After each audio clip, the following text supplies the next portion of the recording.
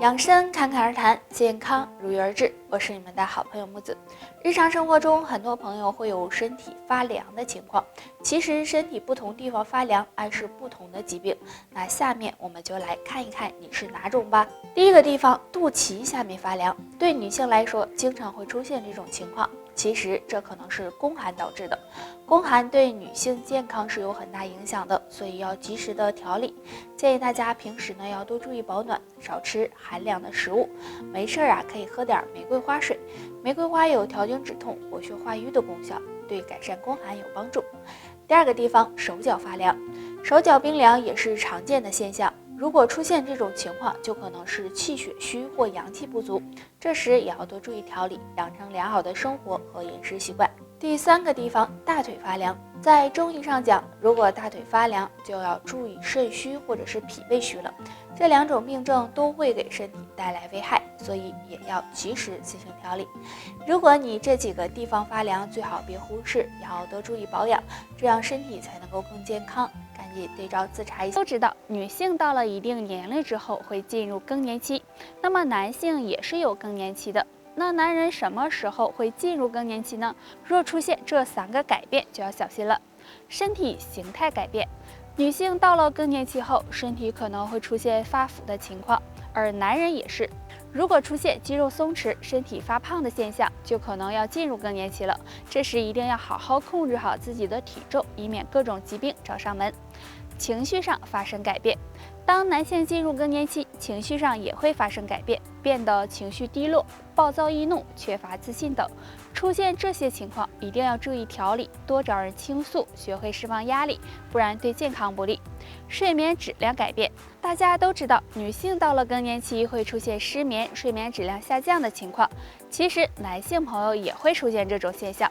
如果男性朋友出现睡眠质量下降、全身乏力、经常头晕头痛、四肢发冷等症状，尽量别忽视，可能是更年期找上你了。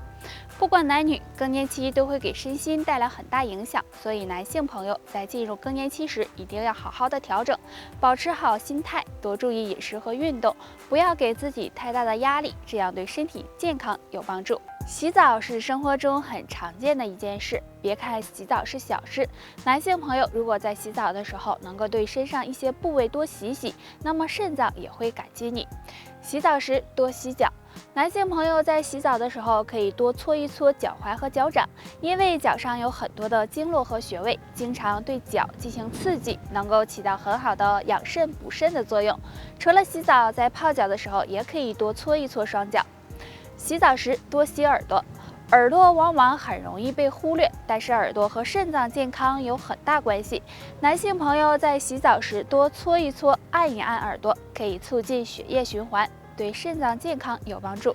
洗澡时多洗腰部，肾脏和腰部也有很密切的关系。洗澡时多对腰部进行搓洗，也能够滋养肾脏，起到补肾益气、提高肾功能的作用，让你更。南瓜是餐桌上常见的食物，那南瓜的营养价值还是很高的，而且呢味道也很好吃。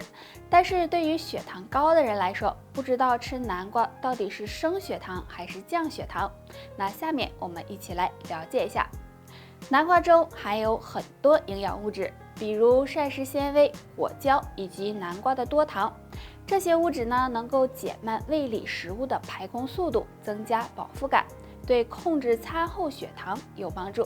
但是南瓜只是一种食物，并不能够代替药物来降低血糖。其实南瓜中含有的热量和脂肪呢都比较低，但是在吃了以后还是容易转化成糖和能量，也能够升高自身的血糖。所以大家在吃南瓜的时候，一次最好不要超过200克，并且呢最好减少主食的摄入量，这样对控制血糖才有帮助哦。脑供血不足是很多中老年人容易发生的，经常表现为头晕头痛、记忆力减退、失眠多梦等等，对身心健康都有影响。那下面教大家一个小动作，每天做一做，可以帮助改善脑供血不足，让大脑更健康。自然的站立，双脚稍微的分开一点，双手叉腰，抬起一条腿，抬到大腿和地面平行的位置，然后用力的落地，先左后右，这样交替的抬腿跺脚。可以在原地做，也可以边走边做，每天这样跺脚3到5分钟。做的时候动作要做到位，这个动作可以促进全身的血液循环，能有效的缓解脑供血不足。除此之外，还有很好的通经络、补肾气的作用，让你越多越健康哦。脑供血不足的人经常会出现头晕、耳鸣、手脚麻木、记忆力减退、失眠多梦等情况，影响身心健康。那今天教大家2个小动作，可以帮助疏通血管，改善脑供血不足的不适症状。动作1，自然站立，两脚分开，与肩同宽，双手向外张开，手掌心朝后，和肩膀保持平齐，然后双手手臂再向后伸直，坚持2秒，回到原位再做。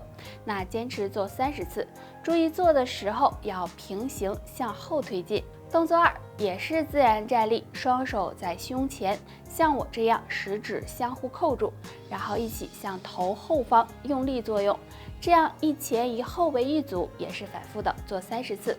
那这2个小动作呀，简单方便，脑供血不足时做一做，可以促进脑部供血，改善脑供血不足。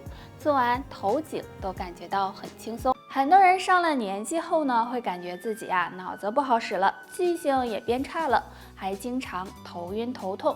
其实这可能是脑供血不足，那该怎么预防和缓解呢？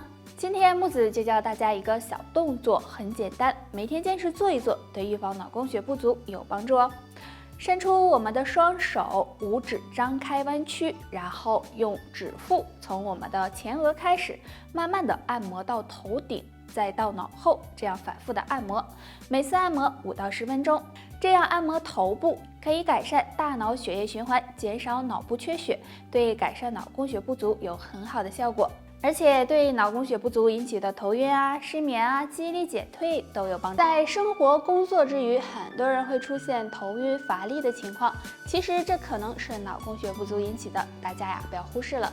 如果长时间脑供血不足会给身体造成伤害，那今天要教大家的就是改善脑供血不足的方法。大家可以经常给身体进行一下拉伸。